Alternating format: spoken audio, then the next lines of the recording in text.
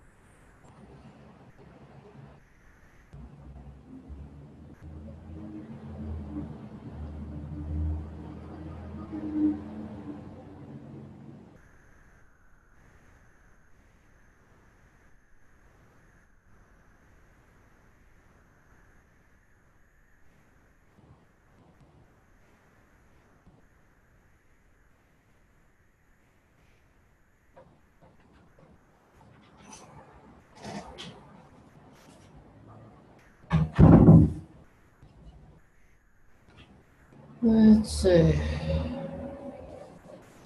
9 minutes to the call. I hope nothing goes wrong.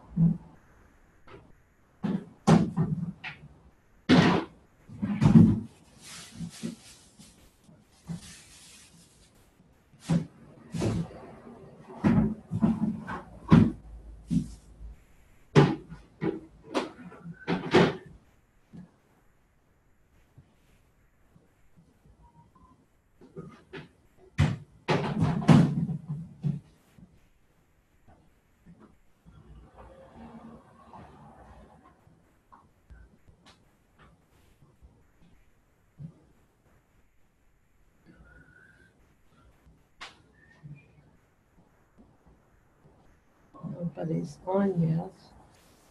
That's why.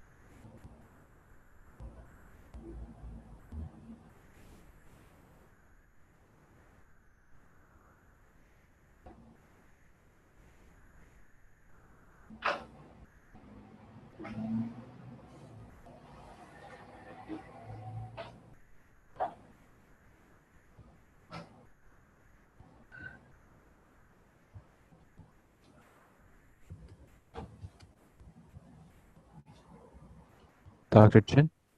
Yes. Hi. How are you? Good, how are you? Uh, It's Arthur. yes. Good. Let me wait. Let me just check in with because it said that I was on another device, which I'm not. Oh, that was because I signed on to it. Yeah. Okay. That makes sense. Yeah. I just because I had another Zoom call beforehand, and I didn't know that if I had left it on. So. No, uh, no, yeah, you're good. Yeah, okay. So I have the shared screen on, I see that. and then I have, yeah, I could see the participants, and then I'm just trying to, Yeah, and I'm gonna look to make sure everything is set up here as well. yeah. So here's the chat. I have the chat up. So if people are having questions, that's where you can respond to them offline so it doesn't, it doesn't interfere with the process of the talk. And and then the participants so we can know who's on. And I'm realizing that by my sharing the screen, whoops, well, maybe I could do this, not make it full screen, because then I could see people. Because right now I can't see you. Oh, okay. Yeah. Oh, 1 second. Yeah, that's okay.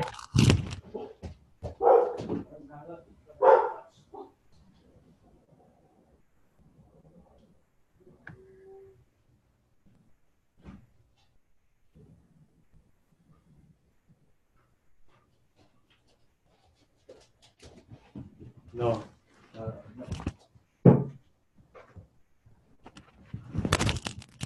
Okay, maybe this will do it.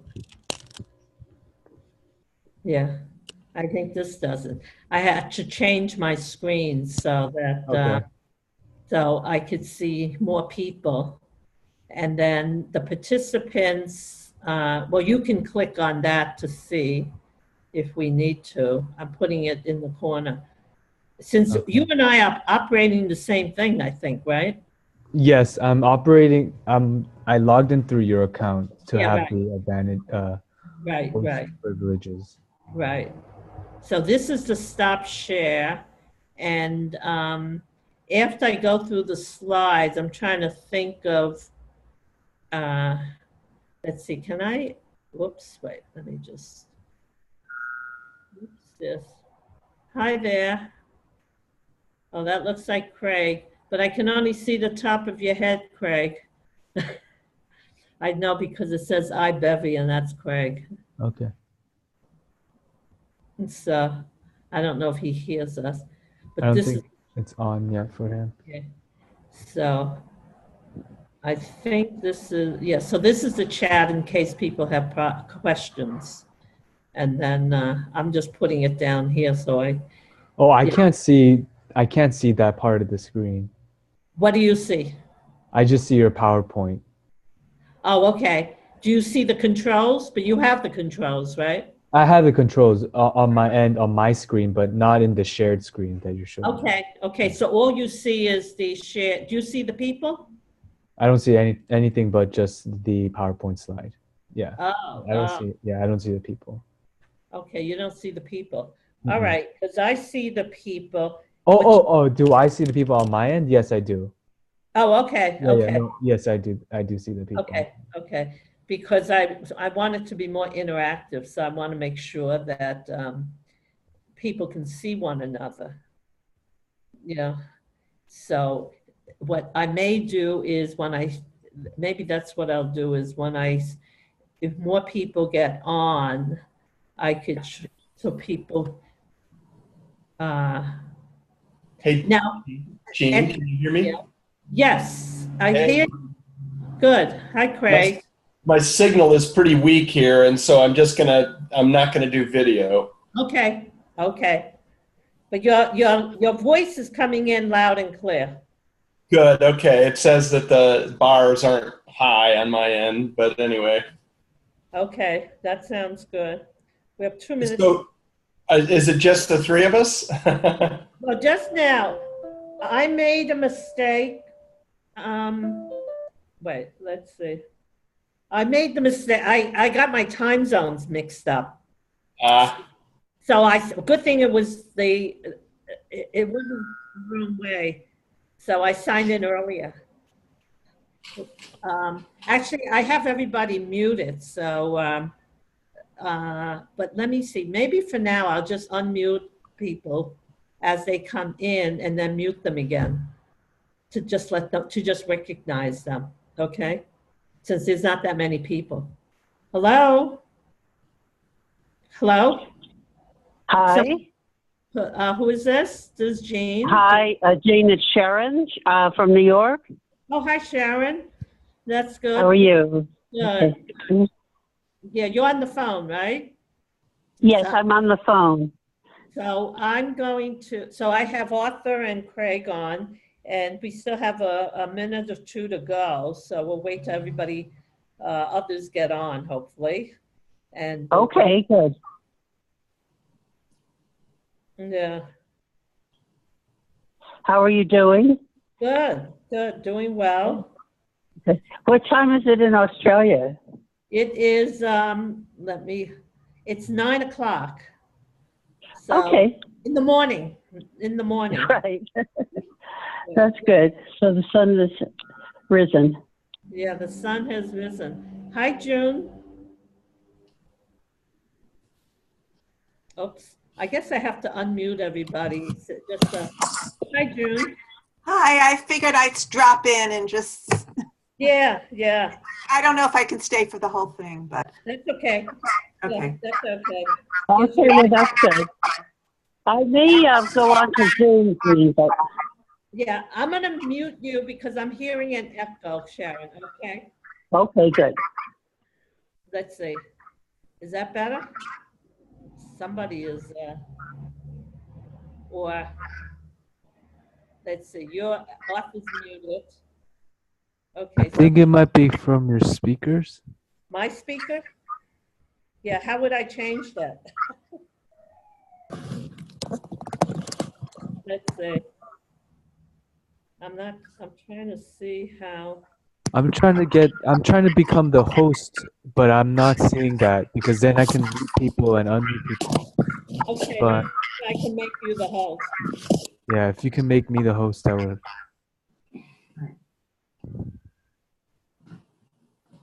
Oh, remote can. Let's see. Give. Is it giving the mouse and keyboard to you? No, just on Zoom. Yeah. I'll figure it out. Let me try it again. Okay. Hi, let's see, did someone else just join us? Whoops, I'm sorry, I just lost our Zoom meeting. Okay, let me see who just joined. Hi, who is it that just joined? My name is Carolyn Sani. I just joined. Oh, nice to have you join us. This is Jean Chen, and you're on the phone. So I do have a PowerPoint that I will be sharing, that I screen share, which you won't see, but for the benefit of those who are on the phone, I will just say what's on it. Okay. And I'm just trying to get the echo. Well, the echo's off. And I'm gonna mute you for now until just so that we avoid the feedback and we can go to the question and answer. Okay, how's that? Is that better? No? Whoops, this is where.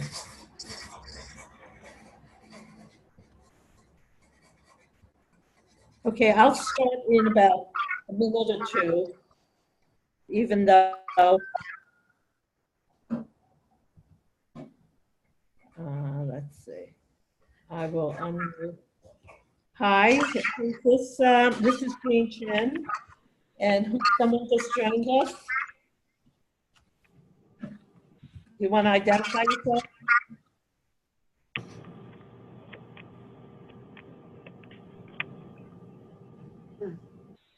Oops, wait, I'm not sure. Is this? I guess we'll just unmute everybody for now. Is that something you can do, Arthur? I need Yeah. privileges as the host, and I'm not getting that, so I need to figure that out. Well, actually, with the manage the participants, that's unmute all. That's it. I just unmuted everybody. Okay. Participants, unmuting. Okay, so we have.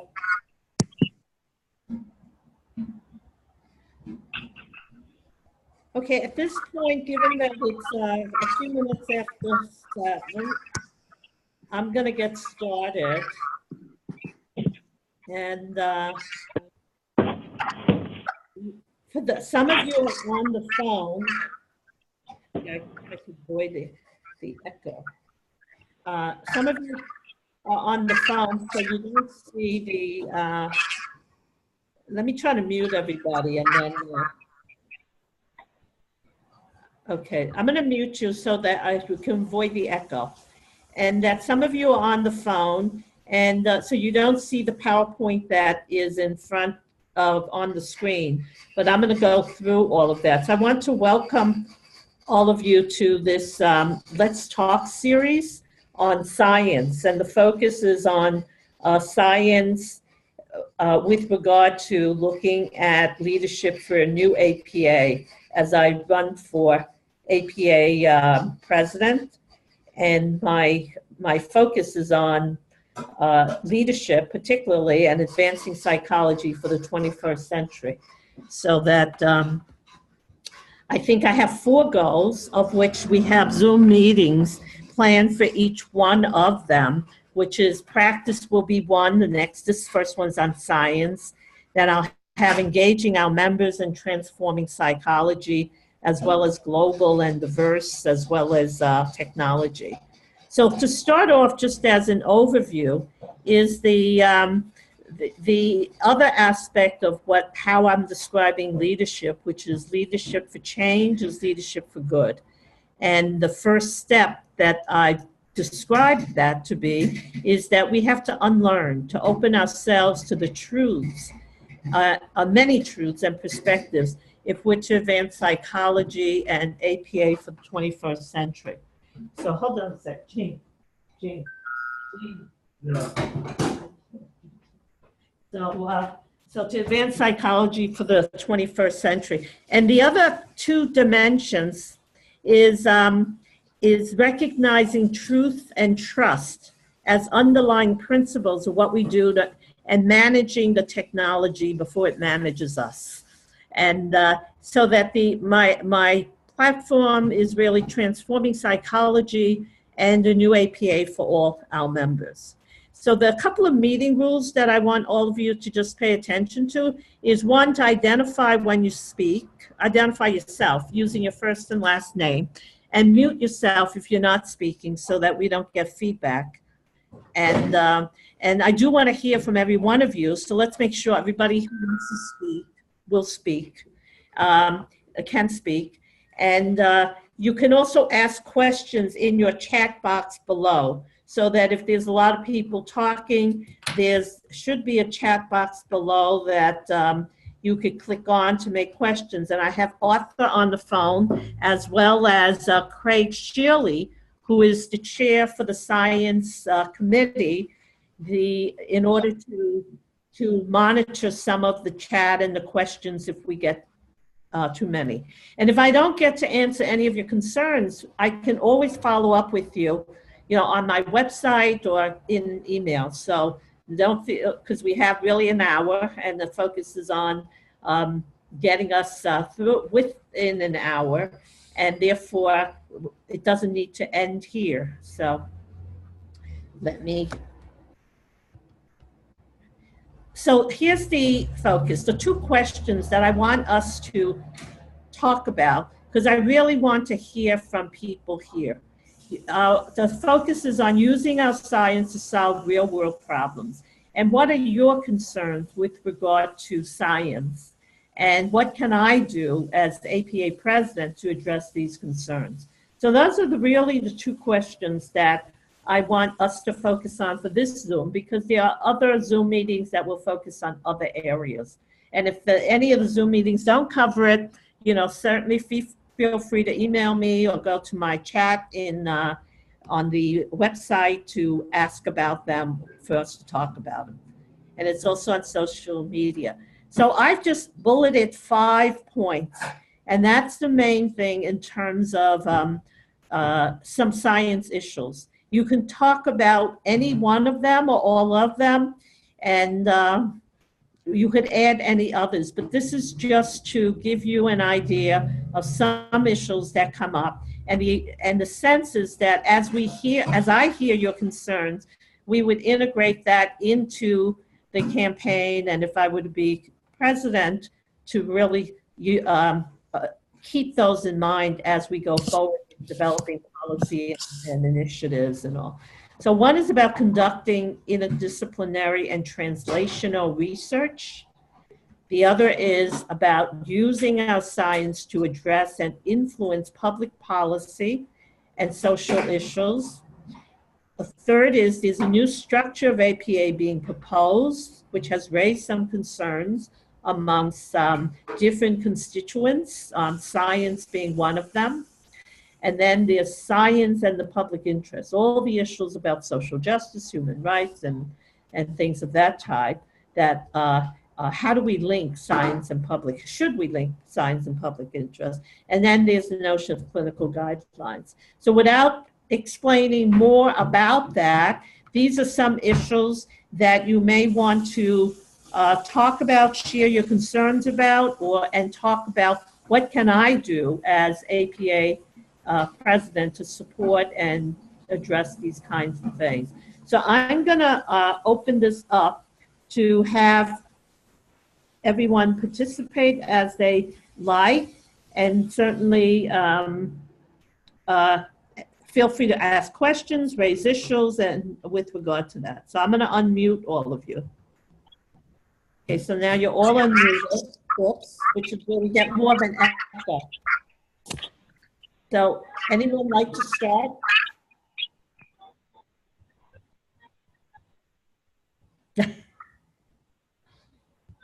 Oops, I lost my slide.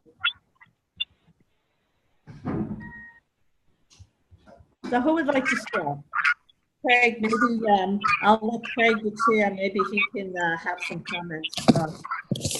Yeah, I mean, hi everybody. I mean, this is the first one of these, and I appreciate. Can you all hear me? Okay. Yeah, this is. Yes. Great.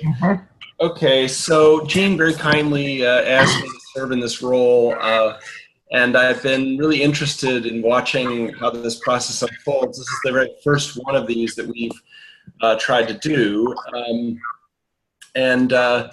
so it's great that folks are on the line. We didn't expect huge throngs to be coming to any of these, especially as we kind of get the ball rolling. But one of the things that I'm really interested about, and one of the reasons why I'm eager to support Jean, is that she's, in my experience of her, I've known her for several years, and worked with her on Division 52 International Psych, and also her, what I think is really pioneering approach to leadership. One of the things that Jean is to me is sort of a bridge builder between the science and the practice communities, advocacy communities. And when I look at these science issues that she's laid out, I guess I'm sort of wondering if folks could, if they're willing, just to offer a perspective or two on what you think APA really should focus on right now. We've just been through this very tumultuous period. There's a lot of consternation out there. And I would just welcome any perspective as we try to figure out, based on what Jean has forwarded, what are the quote-unquote science issues, needs, concerns that any of you may have. And it can be pretty open-ended. We don't have to have any structured, process or anything else.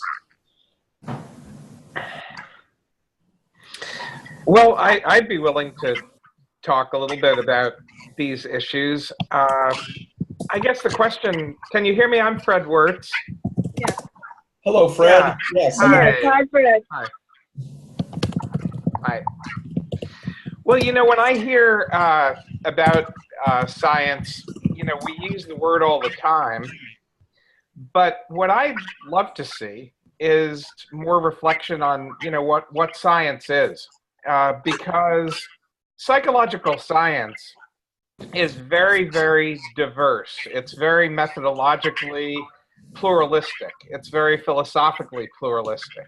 And I think that particularly if we as a discipline are going to relate to other disciplines in interdisciplinary work, if we're going to address social issues, if we're going to bridge the gap between research and practice, we need to have an accurate, which means as broad as possible, an understanding of science. And so that would really mean all the various methods, including the qualitative methods and the methods that are used to gain knowledge by psychologists of all kinds. And I guess I find all too often we in our discipline define science too narrowly. We set up a very strict hierarchy, which has experimental methods at the top, goes down through quasi-experimental, correlational, survey, interview, observational, right down to, the bottom, which is viewed as only good at best, generating hypotheses, which must be tested at the top of the hierarchy. And, that's not the way a lot of psychologists actually gain knowledge. And so I'm for epistemologically and methodologically diverse, acknowledging our diversity and finding the limits of each method and understanding how each method can be supplemented by other methods, and how to be really effective as a discipline, we need to utilize all our tools and to see how they fit together. But that's like a big task. It has not been historically achieved. There's been plenty of writing that's eloquent on it. The problems and issues have been raised as long as psychology has been a discipline. But the APA has not really spent a lot of attention on that. And I think we see that in the issue that I've been very concerned with in recent months and years, clinical guidelines. Our clinical guidelines reflect an extremely narrow view of science, what science is. And that could potentially send a lot of APA members right out of the organization if we don't include them, include their methods, and understand how to integrate them in the service of the public well-being. And I think it's the same thing with the other social justice issues, human rights, immigration, terrorism, racism, across the board. So that's my thing. And if we had a president who saw this problem and could bring us together and unify us as a discipline, rather than continuing the narrowing and the fragmentation and the disenfranchisement, and I think it really comes into play in the controversy over clinical guidelines. Amen. Jean, do you want to comment on that, or is there anybody else? This is just before we proceed. Somebody's typing. I'm afraid that's me. I'm going to mute myself. Oh, okay. I'll mute myself. You can't mute yourself, Greg, right? I can. I'll mute myself and then come back on when I need to say anything, but I want to really hear from others. Okay, yeah, that actually helped with him muting himself because that cut out all the extra noise. Right. But yeah, Craig can come back on and unmute when he wants to talk. So June, you wanted to add to that?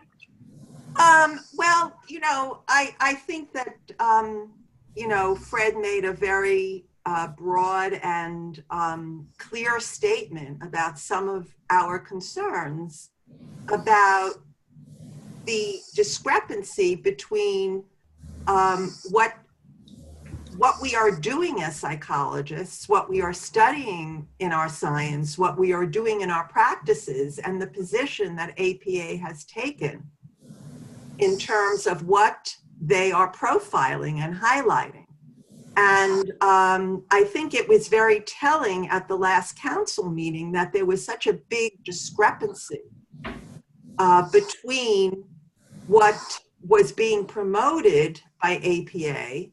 And, we've said many times we're not against RCTs and systematic reviews, which are featured in the clinical guidelines as they've been developed, but that it stifles the sense of who we are as a broad professional group of scientists and practitioners.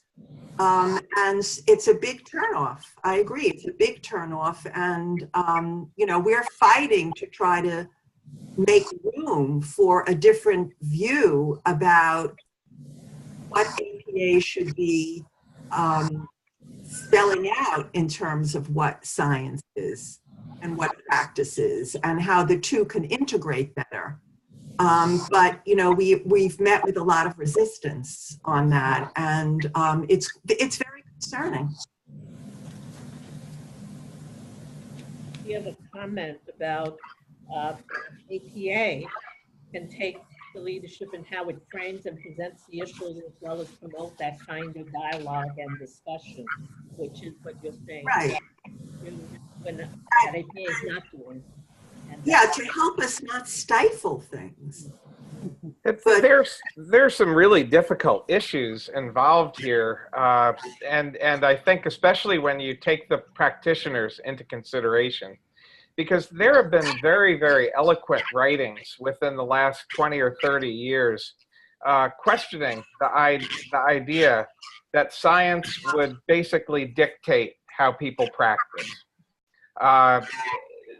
It's been argued very, very cogently that that practical activities have their own kind of way of knowing and way of integrating knowledge, including scientific knowledge and all kinds of other knowledge. But this literature points to a kind of not autonomy, but originality of the kind of knowledge that practitioners have. And I mean, we as a discipline really want to say that we're different from other practitioners because we base our practice on science. And that we have a lot of people who really, in our discipline, want to distinguish ourselves that way. But there's a lot of good literature that argues that's wrong. And I think in their heart of hearts, we've got a ton of members of APA who are practitioners who believe that's wrong. And if there were a way of acknowledging and honoring the kind of knowledge that they have as practitioners and recognizing it as legitimate knowledge and really trying to understand how do they use the science in their actual work, and to promote that as norms of practice rather than the very simplistic idea that they would use practices that were validated by science and really from top to bottom, and that the science would inform and shape and guide their practice. That's a powerful idea.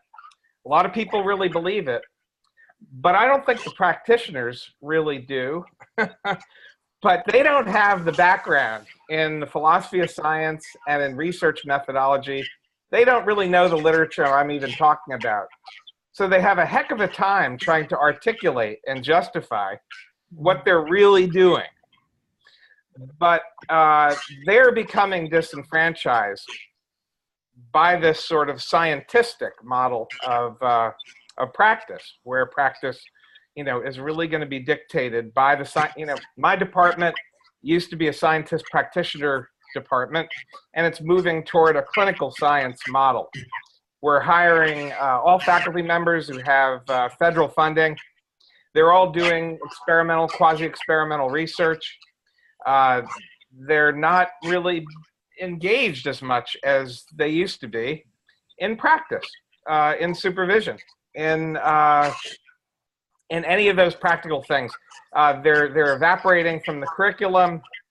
They're not teaching the Rorschach. They're not teaching, a broad-based assessment as they used to. It's really changing, and that's, I think, happening in a lot of arts and sciences academic departments of psychology. But how does that really relate to the world of practitioners out there? And I'm worried about it, that it's not relating to that world, and that there's going to be just an increasing gulf between research and practice. Okay, I see that Amy Wong is on the call, and she comes more, so I don't know, Lark, I don't see your face yet, but if you're free, I'm wondering if you might have a comment. It's right off the screen, but I did see her. Yeah, there she is. Hi, Jean. This is Lark. I was just calling in to listen and support you. Yes. Do you have any comments on what has just been said? Thanks. Nice to see you, Lark. Yeah. No, I just joined. I've been off and on, so I haven't really followed the discussion well, but I'll just listen in for now. Okay, because we're trying to address some of the science issues, and I think Fred was bringing up this dichotomy between science and practice that really becomes problematic and in fragmenting our discipline and everything, and that practitioners often feel that science privileges over practice. So I was wondering, since you probably with one of the federal agencies, for those of you on the call who don't know law, maybe you could tell what your position with the feds and everything, and where you come from with regard to science. Sure. I work I'm a senior leader at the Substance Abuse Mental Health Service Administration. It's one of the agencies in the Department of Health and Human Services. We're a grant-making agency, primarily for services, infrastructure development, treatment, prevention, recovery. We do work with the NIHs in terms of trying to link research and practice. And I have been an academic person and a practitioner in previous decades. I'm now working at a policy level in the federal government. Yeah. So clearly you bring in multiple levels, and that really is the issue. How do we integrate our science at all these levels so that people within APA does not feel their voices are not heard or marginalized? That's the big thing that I'm hearing from people right now. I appreciate your hearing that, Jean. You really reflected back the core of what I was saying, and I really appreciate your understanding that. Mm-hmm, mm-hmm. Yeah, and I really believe that, that we do very much silo so much of what goes on within APA. And therefore, one of the things that I am trying to build is that there are ways we can talk with one another, support with one another, and use it. That one is not better than the other, but they really all contribute to, advancing psychology from what we want to do. And I do feel that with science, it's really been separated from the public interest oftentimes, and my sense is that we could really use it for public interest. But I'm not sure all scientists believe that or feel that way. This is June speaking. It's where are we hearing the telephone? What's the telephone? Like, could we mute that, Mike? That was. Yeah, that was another call. So. Yeah, it was. She has to. I don't think she's aware that she needs to mute her microphone when she's. Yeah, let me see if we can mute it for her. Oh, okay. Maybe she should. Who is it? I think it's Lark. It's Lark, because I saw her go for her phone. Yeah. Sorry, that was me. Okay, you can. Oh, there she goes. Muted. Yeah. Yeah. What I was going to say is there seems to be potentially an opportunity. I don't know if others feel that way within the new structure, the proposed structure for APA, to integrate and coordinate better between science and practice. Mm-hmm. And, I think that's something that going forward, we might be able to utilize as a mechanism to really see how the ways in which practice can support science and science can support practice, because what's developing now is more of a schism than an integration of the two. And that's very concerning. Do you know, can you think of ways towards that end? Because Craig and I had a discussion in the earlier Zoom meeting. Right. With some members of the Science Advisory Committee, and there was a much bigger concern about the new structure not being supportive of science. Yeah. Oh. Okay. And being, and actually to the detriment. So that I'd be interested in hearing what thoughts might be. Hi, Carol. I'd be interested in some thoughts that you might have about the opportunity to support and eliminate or minimize that stigma.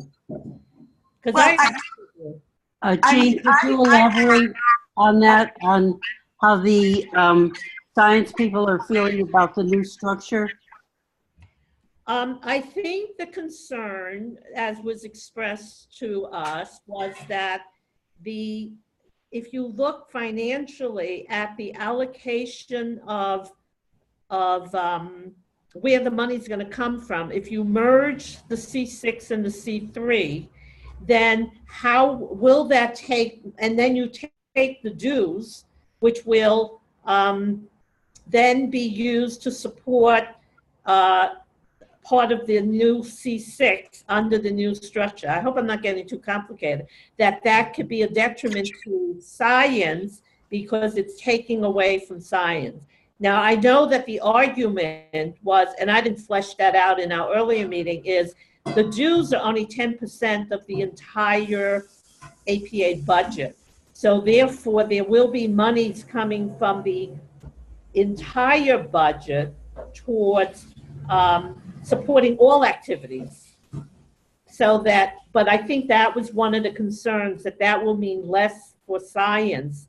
And I'm not sure that that's the case, but that's where we may need more education or input to make sure that that doesn't happen. Does that make sense, June?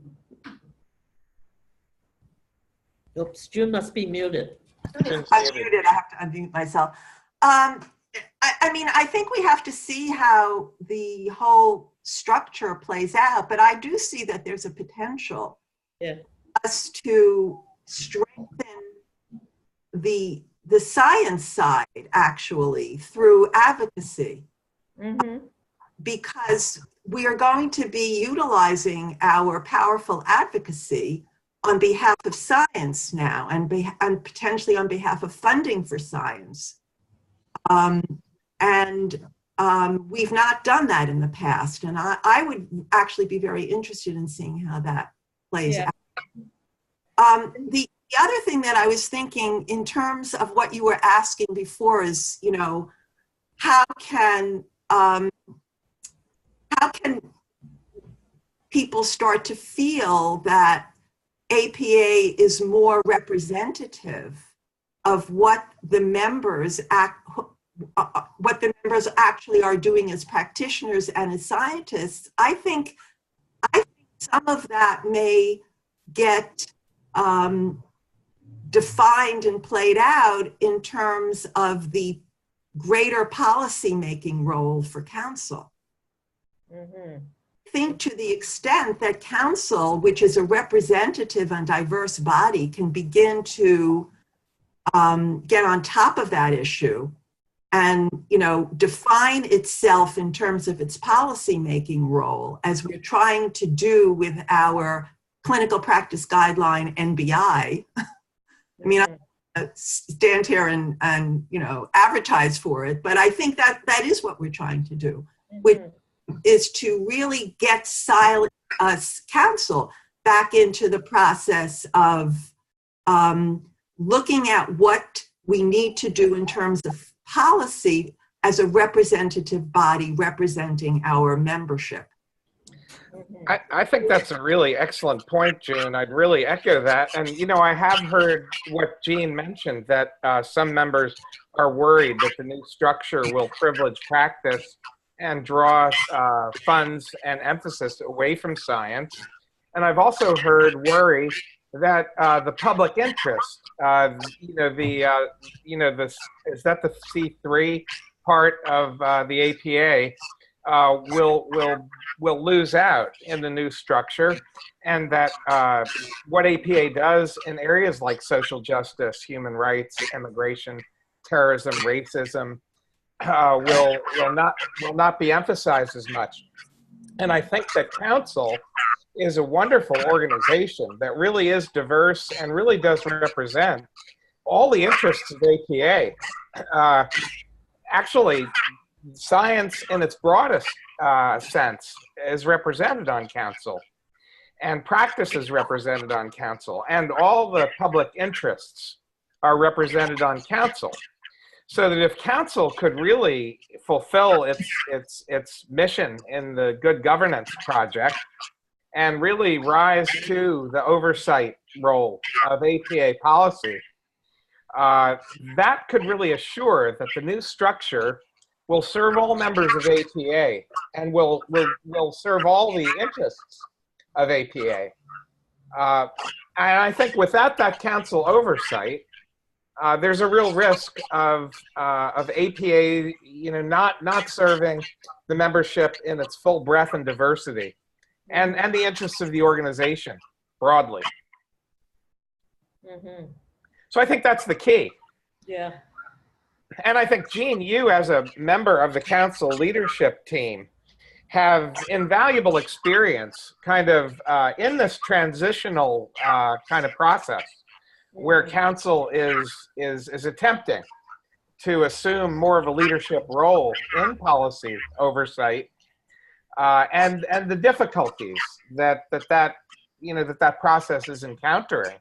I think the council leadership team, if I'm right, you could say whether I am or not, it's been a real struggle to shepherd the process along, where council really is in the position of overseeing APA policy.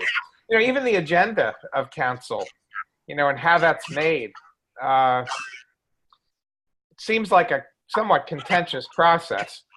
But if we had an APA president who is strongly in favor of empowering council, I think that would be the answer right there.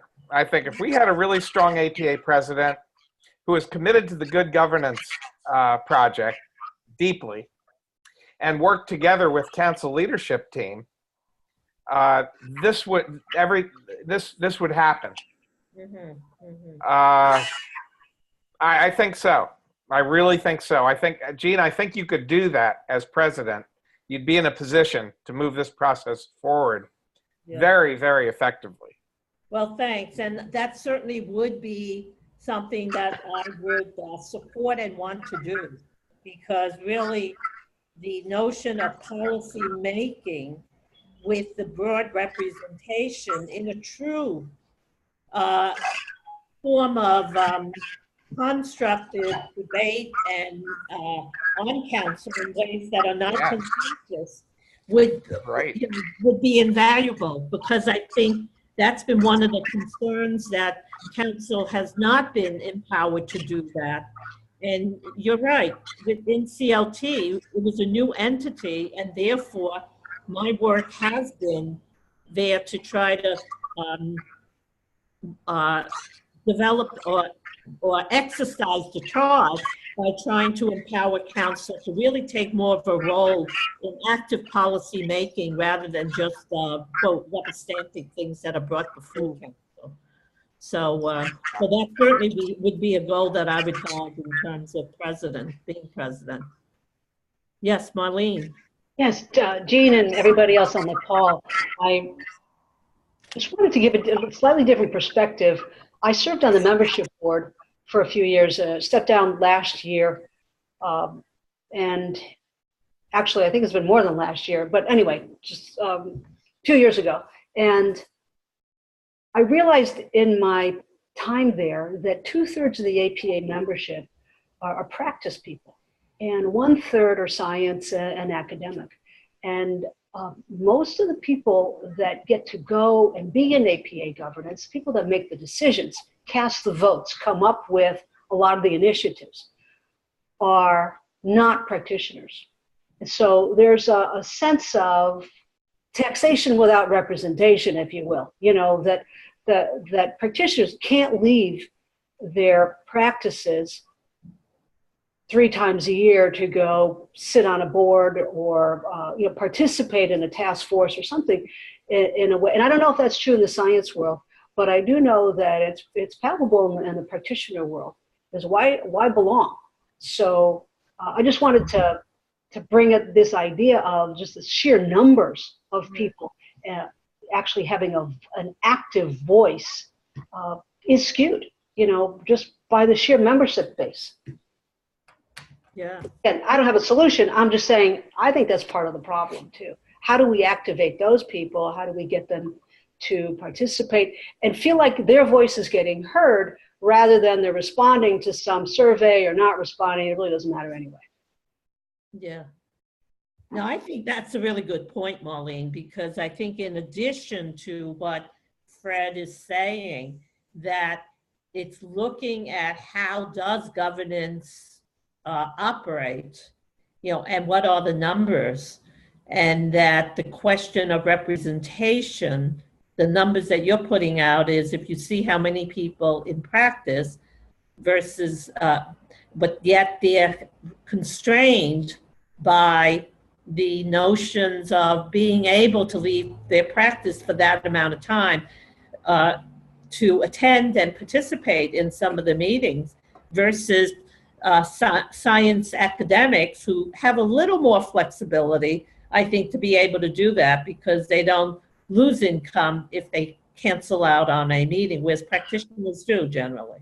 Sure, and our universities support us to travel to APA to do professional service. They encourage that. Practitioners have to take time out, they lose income. and they don't have support. Exactly. And if you participate, then that looks good on your resume, right? I mean, that's good for you as a professional. But if you're a practitioner, you can't really talk about that because you're not supposed to bring yourself into that relationship. So what's in it for you? So, you know, by default, what's in it for a practitioner belonging to an association where they don't really have an active voting voice on day-to-day things or issues as they come up? I think it's a challenge. I don't really know if that's represented equally in the science world versus academic, or I think oftentimes there are overlap. You know, academics are scientists too. So but it's a different camp than the practitioners. Yeah, I remember Frank Farley over the years railing against the idea that APA doesn't have a representative government because council itself represents only people who are members of divisions and state associations. And a huge number of APA members are not even members of any divisions or state associations. And they're largely practitioners. And who represents them? Nobody. So, you know, I think it's true that the whole question of representative governance in APA and the empowerment of bodies of governance in APA that really represent the members, even beyond the divisions and state associations. That's an interesting and very good problem to think about.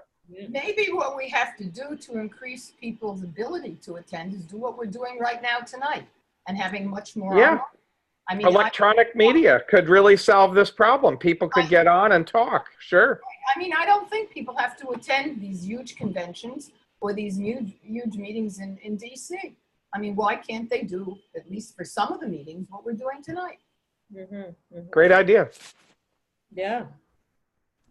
That may be something Marlene may want to speak a little more to as well, because it's Marlene's area. Thank you, Jean. You feel me. I get that. I know I've done a number of things at the APA, and there's a tremendous amount of resistance. People like to go, from my experience of being in task forces or committees or whatever, people like to go to APA. There's a perk in going there a few times a year. And when the call for participation on a board or a task force, you know, when these calls are made, it's known that you have to go a few times a year. And I think right there is a point where it could be different. But you're being that the call for participation on boards and these kinds of groups could be defined in such a way that lets a group meet virtually if they want. Well, it's a lot of fun to have a vacation, and you get some dimensions of relationships in person that you can't get this way. It does exclude people, either in terms of their practices, their finances, their mobility, and a lot of other reasons. And so, you know, it isn't either or. We could do both. You might even have meetings, you know, these gigantic conventions and meetings in some nice vacation area, but also be able to have people participate distantly in those. Beautifully said. Yes, I totally agree. We can have both. There's no need to have one or the other. But what my suggestion is that the call for participation, people to nominate themselves, the definition of these calls could be changed. It could be made more flexible. I mean, of course, the group would have to agree to doing that. But it really, that's where the rubber meets the road. Is I was just invited to participate in another group, a committee at the APA. You know, I read the list of I'm not going to DC. That's too much time for me. I just don't have it in my schedule. So boom, I'm out. And what I'm suggesting, if you can do it as a combination and have people participating, it does get over some of the boundaries you have, for instance, with people who have disabilities, and it's really a hardship to travel far, for people who have young children or elderly parents they're taking care of, for people who have many transportation issues. And so it really, I think, broadens the playing field to being much more diverse organization, diverse participating organization.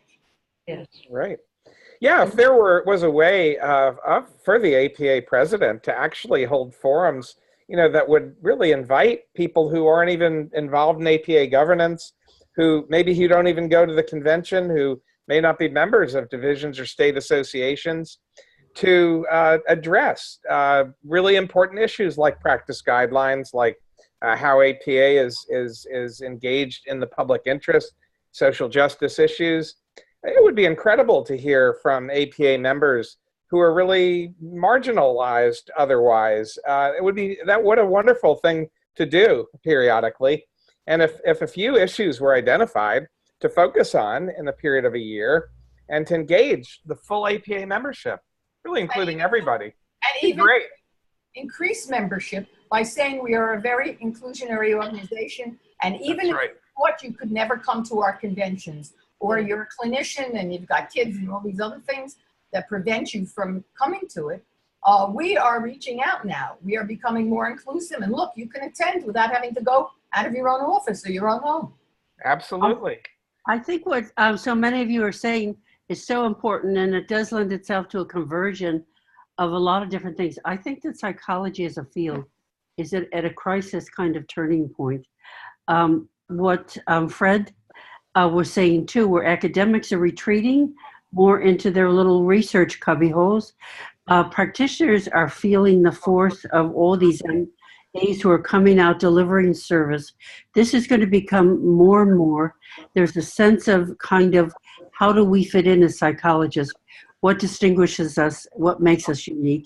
And we think of ourselves as, yes, we have the science base, but you know, it's kind of, even in terms of therapy, the differential in terms of different techniques is, I think, only about 10% or something. It's not as if it's an overwhelming kind of thing. But I do think that this is an excellent idea, this forum idea.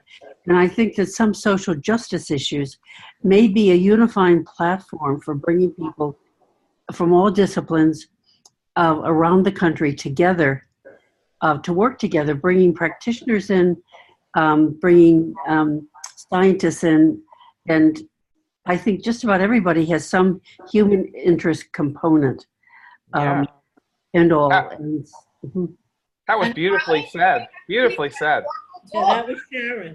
I just actually want to mention the names. That was Sharon who spoke, and then before that was Marlene, and then before that was Carol Goldberg, because I think some really nice thoughts that really pull together a number of issues that are interrelated in terms of science as well as everything else. So the whole notion of inclusion and looking for some different ways to do that.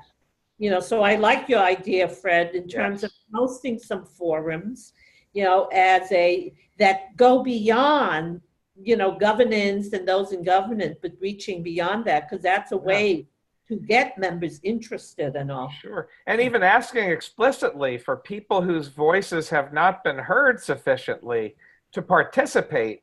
What a great resource that would be for APA. Yeah, yeah. And I think, you know, our identity as psychologists would be enhanced so much by listening more inclusively to what all psychologists are doing, what they care about, how they see the common denominators among us rather than the things that we fight about.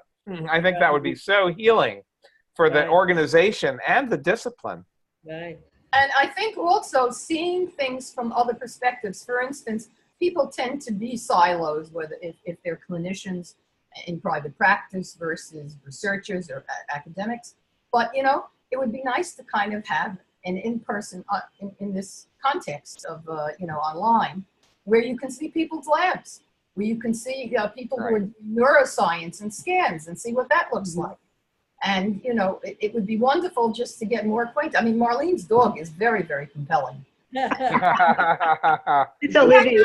She kept hounding me to come up in my lap. What am I going to do? But here, we wouldn't see your, you know, your dog there. So what I'm saying is, I think you can also have some interpersonal kinds of things that would be visible on this. It doesn't only have to be in person. Yeah, and I think Marlene's point at two points. One is that maybe we should be thinking about how do we change the call for participation in governance and these committees? Because right now, the way our call is structured essentially says you come to 2 or 3 meetings to meet as a committee, and there's nothing else except as exceptions, if you will. But if it was built in that there may be options for combined, you know, we would have to think very differently about how we structure the meeting. And so that's one really important point in terms of changing the way in which we do things to promote more inclusion, and not an inclusion from all sectors, you know, and those who are not in APA governance necessarily and all. So I'd like to introduce a couple other thoughts too. I think the point that the last woman made, I think your name was Judy, that about my dog is. Oh, that's Carol. That was Carol. Carol. Okay, thank you, Carol. Is true of all of us in a different way. Video like this humanizes us. Okay, you see me in my setting. I see you. Some of you in your setting. Jean, I see you in your hotel room still in Australia. You know, so the thing is, we're not just in a suit going to a board meeting at the APA. You know, we are in our own settings, and in a way, it makes us more human. And I like the idea of showing up in people's labs or maybe the different settings that they're working in. I think that's important because there's so much dissension in the ranks that in a way people aren't relating to each other as human beings. And that's just very sad for me, being in a profession where we are all about connecting. We're all about authenticity. And we're not doing that in our own leadership levels. So one of the things that I hear very often from people, from the young ones, feel that they are kind of disenfranchised, and they're raising families, they're starting practices, they don't have money and time to travel places. And the ones who are older and can offer a tremendous amount of wisdom have time, but perhaps they have money, they may not. But I mean, we reach out to all different ages by doing that as well. Exactly. And I think it's another way to restructure how we communicate. And Jean, you and I talked about structuring a video interface like this. This could be done with a much larger group with a prescribed format. Everybody gets a certain amount of time, you know, and nobody overrides everybody else. You can mute them if people get out of order, you know, and there's things that we can do that are much easier even than if they were doing it on the council floor. Because I've seen council kind of run amok and hard to get people to stop, you know. So it's this kind of thing where it's another chance to do it differently. Mm-hmm. Mm-hmm. Yeah, no, that's good. No, actually, we've covered more than just science on this, which is that's good, because I think it really is what each of you bring in terms of your perspective, and for me to hear your concerns. And I like, as I said, the very specific things suggestions that people have made about what we can do and what I could do, you know, as APA president, because clearly if we talk broadly and it's something that can't happen for the next century, or I couldn't do in 1 year, you know, then it's just nice talk, but not enough to be able to make substantial change and all. So I actually really appreciate all of your collective wisdom here, you know, with this. And we have like 6 minutes left. So let me also invite, if anybody else would like to, that hasn't spoken, you know, and would like to speak, you know, please do that now. But what I would like to do is just share a couple of final slides, just in terms of, all of you here know me, so that therefore you may not need some of this. But this is really, whoops, let me go through these quickly, because these are the next ones. But essentially is, if you have any other opinions or suggestions, you know, certainly follow up. We can, on the Let's Talk piece within my website, that's the link. Everything is www.jeanlaochin4apapresident.com, and you can go to, that's my website. But the Let's Talk is specifically if you want to chat with me or send me an email, or I can set up another Zoom for people who would like to do that. And this is the next upcoming schedule. And obviously, I hope you support and vote for me, and encourage others in particular, you know, to spread the word in terms of when the ballot comes out in September, to vote for me, but really to help to develop the support. Because if we are in fact to implement some of the things you're talking about, I need, obviously more support for people to vote me in as president. So are there any, that's the last slide. So are there any last minute comments, questions, and all? I'll just jump in here quickly. Craig Shealy here. Jean's asked me to chair this group. I just want to say I've taken copious notes. This has been such an interesting and heartening conversation. I really appreciate both the letter and spirit of what people have said. I think it fits beautifully with what Jean stands for. She is a bridge builder and wants to find common ground and lives in all these worlds as an academic, as a practitioner, as a leader. So we're going to work on all these notes, plus the previous meeting we had. There'll be a statement that comes out of this as a draft on Jean's website. And I just encourage everyone not only to vote for Jean, but to get other people to do it as well, so we can kind of reclaim the core, or at least try to reclaim the core of what brought us into this field in the first place, rather than all the division and divisiveness, which I think has driven a lot of folks away. So go Jean. Well said. Yeah, thank you, Craig, and appreciate all of that. And thank you all for participating in this, and Craig for co-chairing this, Arthur for hosting this, and all of you for your participation. And June's going to co-chair it with me on the next one on practice. So thanks, and we'll end the meeting at this point then. And thank you, Jean, Thank for you. having this idea. Thank you, Jane. Being Yes, such a good listener. Great idea. Such a good listener. yes, Yeah, thank you very much. Yeah. So, okay, so look forward to seeing you more in person or on Zoom. Okay. Good night, All everybody. right. Bye-bye. Bye. Good night. Good night.